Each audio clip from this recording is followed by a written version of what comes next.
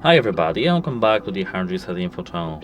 In today's video I'm going to show you how you can easily charge your SOUNDCORE Select 2S speaker using your phone.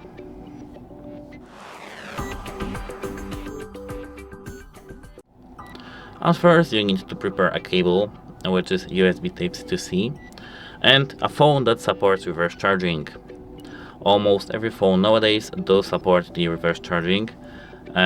Almost everyone with USB Type-C with micro and the Lightning, which is the old iPhones, does support. So don't worry, your phone does support the reverse charging. So don't worry about that. Then you have to this cable which you have plugged into your phone, plug into your power port, which is under this shield here, and as you can see now I'm plugging this cable. It's easy, and as I can see our speaker is now charging. That's it, hope it helps you and goodbye, have a nice day.